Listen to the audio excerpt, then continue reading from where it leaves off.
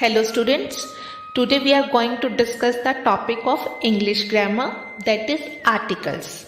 Articles is the simplest topic of the English grammar, but on the other hand it is complicated too. That's why many students complain that in the exam it often goes wrong. No problem, I will clear the picture. First of all, I'll tell you there are two types of articles, indefinite article and definite article. A and N both are indefinite article and the is a definite article. We use always A and N with the countable nouns and the word which starts from व्यंजन, मतलब consonant से जो word start होता है और consonant की ही sound देता है उसके साथ हम ए यूज करते हैं.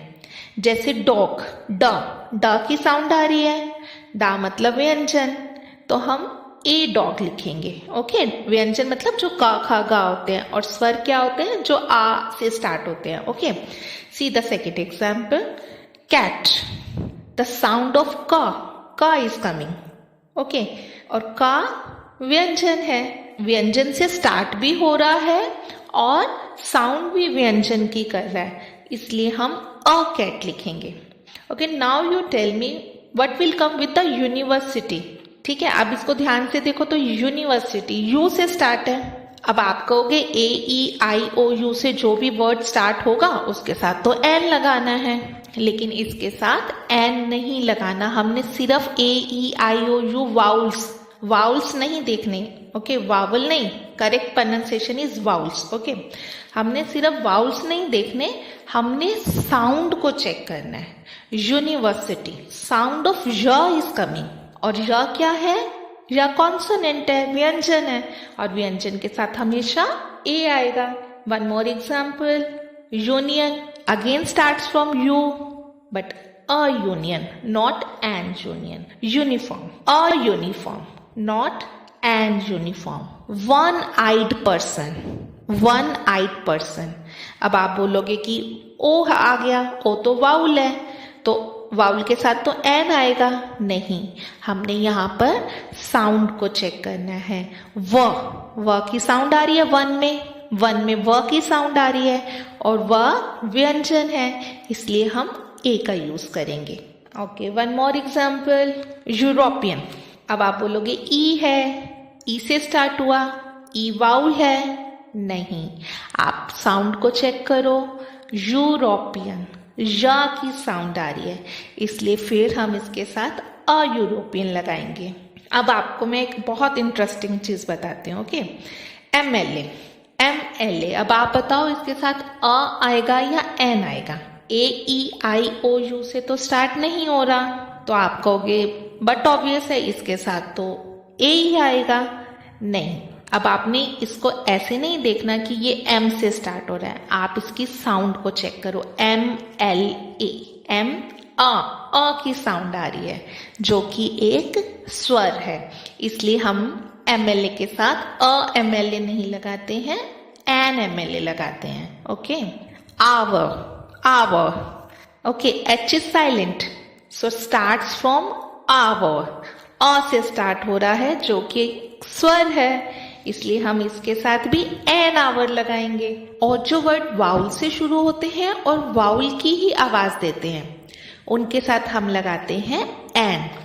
लाइक एप्पल, स्वर की साउंड आ रही है और स्टार्ट भी वाउल से हो रहा है, तो हम इसके साथ एन लगाएंगे. एग, फिर से स्वर की साउंड आ रही है और वाउल से ही स्टार्ट हो रहा है, तो हम इसके साथ an egg यूज करेंगे. Okay students, I hope you understand the concept of a and n. Okay, let's start the concept of the. Word में जितनी भी रिवर्स हैं, ओशंस हैं, माउंटेन्स हैं, डायरेक्शंस हैं, न्यूज़पेपर्स हैं, मॉन्यूमेंट्स हैं, हॉली बुक्स हैं, इन सब के साथ द का यूज होता है. ओके, और द का यूज हम यूनिवर्सल ऑब्जेक्ट्स के साथ भी करते हैं. यूनिवर्सल ऑब्जेक्ट्स लाइक जो एकमात्र है, एक ही है, जैसे सन एक ही है, तो हम यूज करेंगे द सन.